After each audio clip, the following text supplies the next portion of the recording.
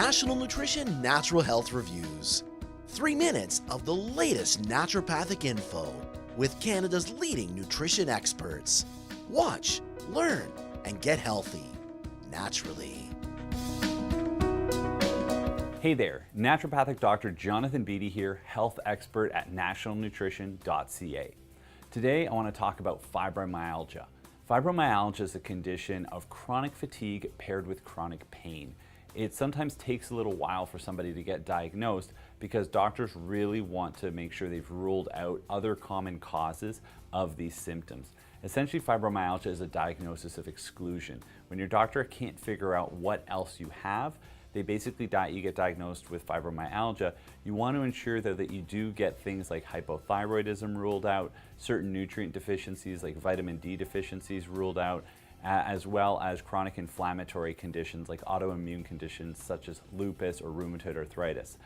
The reason behind that is sometimes the presentation can be very similar, and so you want to make sure that you get easily treated diagnoses ruled out before you get a diagnosis of fibromyalgia. The reason fibromyalgia is a difficult diagnosis is because it's actually a collection of different symptoms. It's basically when somebody reports chronic fatigue, low energy, inability to exercise, low motivation, paired with chronic muscle pain that they get this diagnosis.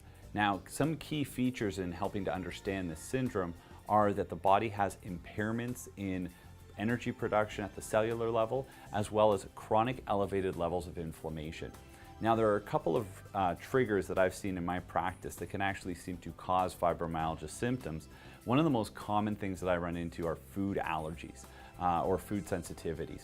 When somebody has an immune response to food, especially if it's a food they're consuming regularly, this causes chronic inflammation in response to consuming that food antigen or that food trigger, as well as, of course, the immune system takes a lot of energy. And what happens over time is all the energy required to constantly manage this immune response causes fatigue, and plus the immune system constantly being activated causes the chronic inflammation, and that leads to the fibromyalgia symptoms. So I have seen patients get great relief with reducing their more common allergenic foods. Things like dairy, gluten, eggs can all be related to fibromyalgia symptoms. Now, if that is not the case for you, while you're still trying to figure out what's creating your fibromyalgia, as there are a number of causes for it, one of the things that I always recommend my patients to do is try and manage their body's energy levels as well as that systemic inflammation.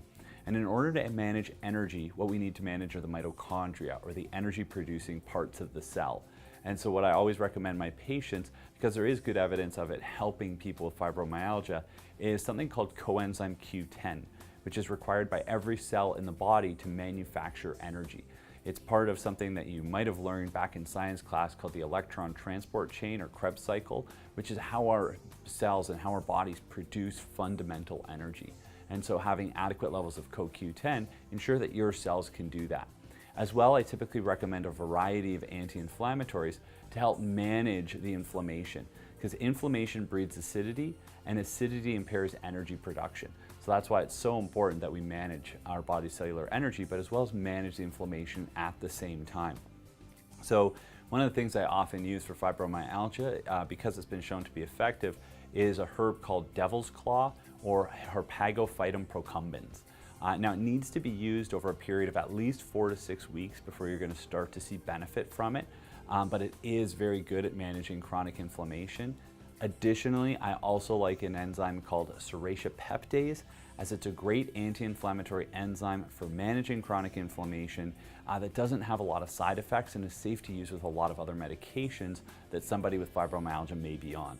So if you do have fibromyalgia, consider supplementing with something called coenzyme Q10, and also consider a good anti-inflammatory, devil's claw or serratia peptase. Or if you do have a lot of inflammation, you can combine the two. That's one of the beautiful parts about these two medicines, is that they can be combined safely, used together to maximize your body's ability to control that inflammation and control the pain.